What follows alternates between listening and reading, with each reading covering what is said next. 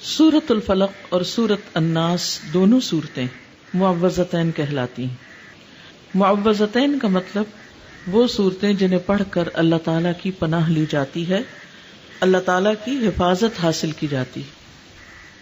انسان اس دنیا میں طرح طرح کے خطرات سے گھرا ہوا ہے، پریشانیوں سے گھرا ہوا ہے، کچھ باہر کی ہیں، کچھ اپنے اندر کی۔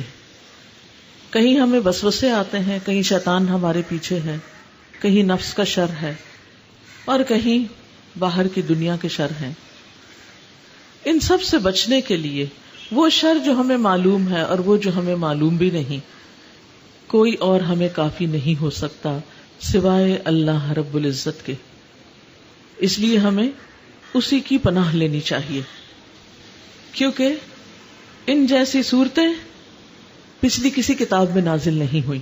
ابن عابس جوہنی کہتے ہیں، ایک مرتبہ رسول اللہ صلی اللہ علیہ وسلم نے مجھ سے فرمایا، اے ابن عابس، کیا میں تمہیں سب سے افضل کلمات کے بارے میں نہ بتاؤں جن سے تعوذ کرنے والے تعوذ کرتے ہیں، یعنی پناہ لیتے ہیں؟ میں نے عرض کیا، یا رسول اللہ صلی اللہ علیہ وسلم، کیوں نہیں؟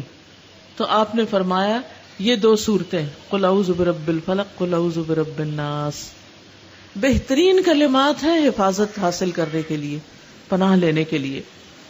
اسی طرح ہر چیز کے لیے کافی ہو جانے والے کلمات ہیں یہ دو صورتیں۔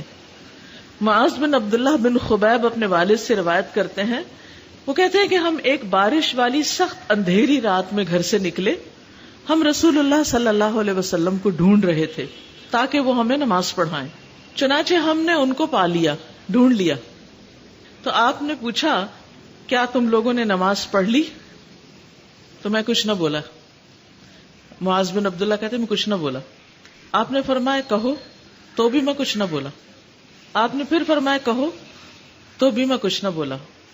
آپ نے پھر فرمایا، تو میں نے عرض کیا، اے اللہ کے رسول صلی اللہ علیہ وسلم، میں کیا کہوں؟ آپ نے فرمایا، قل هو اللہ احد، قل اعوذ برب الفلق، قل اعوذ برب الناس، صبح و شام 3 بار کہہ لو، یہ تمہیں ہر چیز سے کافی ہو جائیں گی۔ یعنی بہت سے لمبے چوڑے وظیفے پڑھنے سے بھی تمہیں نجات دے دیں گی، یہی کافی ہو جائیں گی۔ ہر شر، کیونکہ اس میں آتا ہے من شر ما خلق، ہر شر سے بچنے کے لیے یہ کافی ہے۔ کسی بھی قسم کا آپ کے دل میں کسی کے بارے میں بھی کوئی خوف ہے کہ وہ آپ کو نقصان دے گا، تو اس سے یہ آپ کو کافی ہو جائیں گے، بچا لیں گے۔ رسول اللہ صلی اللہ علیہ وسلم جنوں اور انسانوں کی نظر بد سے پناہ مانگا کرتے تھے کہ اللہ تعالیٰ محفوظ رکھے، اور اس کے لیے وہ کچھ کلمات پڑھا کرتے تھے۔ جب یہ صورتیں نازل ہوئی تو آپ نے وہ چھوڑ دیے کلمات اور ان کو اپنے لیے کافی سمجھا، پھر انہی صورتوں کو پڑھتے رہتے تھے۔ تو اگر آپ کو یہ وہم ہو، ڈر ہو، شک ہو، خوف ہو کہ لوگ مجھ سے حسد کریں گے، مجھے نقصان دیں گے، مجھے نظر لگا دیں گے، ایسا ہو جائے گا، ویسا ہو جائے گا، تو بالکل خوف نہ کھائیے اور یہ صورتیں پڑھتے رہیے، آپ کے لیے یہی کافی ہیں۔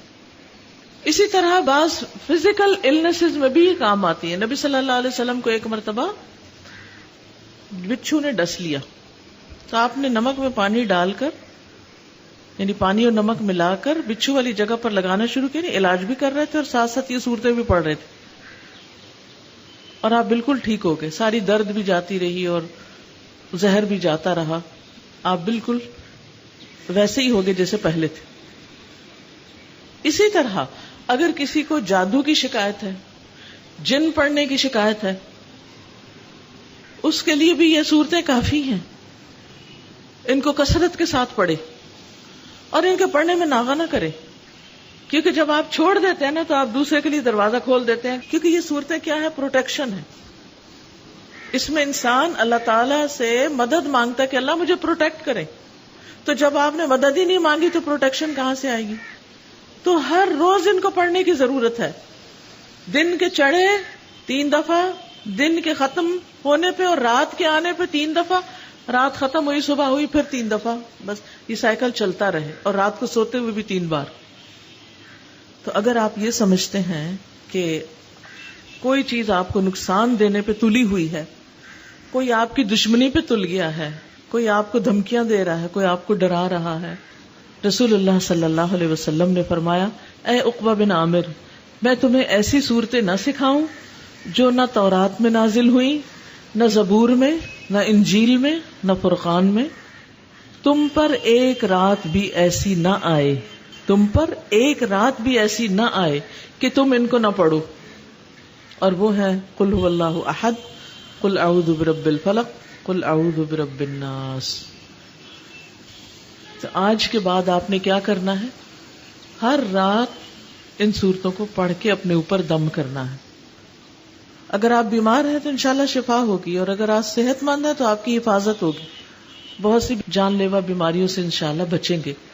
خود پر بھی پڑھیں اور اپنے بچوں پر بھی پڑھا کریں اور ان کو عادت ڈال دیں.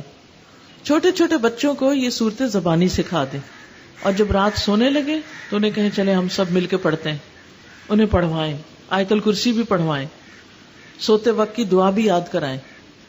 ہم مائیں خود سستی کرتی ہیں، بچوں کو کہیں بھیج دیتی ہیں کسی اسلامی اسکول، کسی مدرسے، کسی بچوں کی کلاس میں، اور ہمارا فرض وہ پورا کر دیں.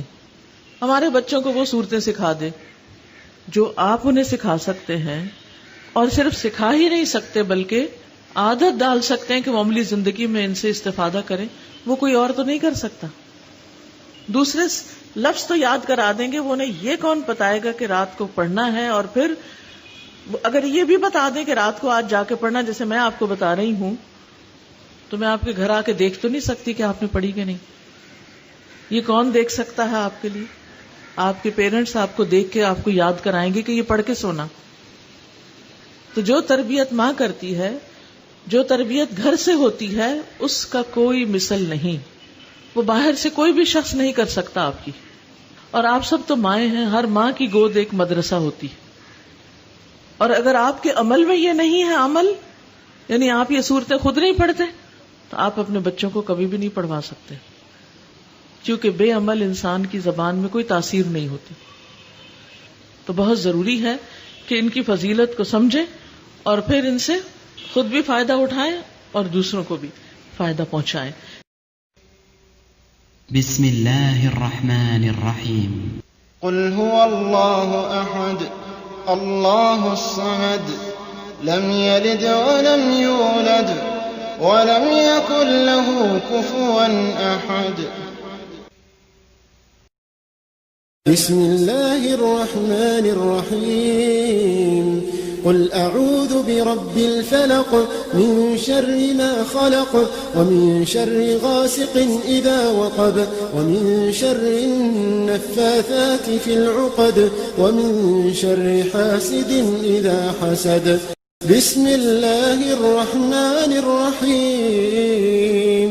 قل اعوذ برب الناس ملك الناس اله الناس. قل اعوذ برب الناس ملك الناس اله الناس من شر الوسواس الخناس الذي يوسوس في صدور الناس من الجنة والناس.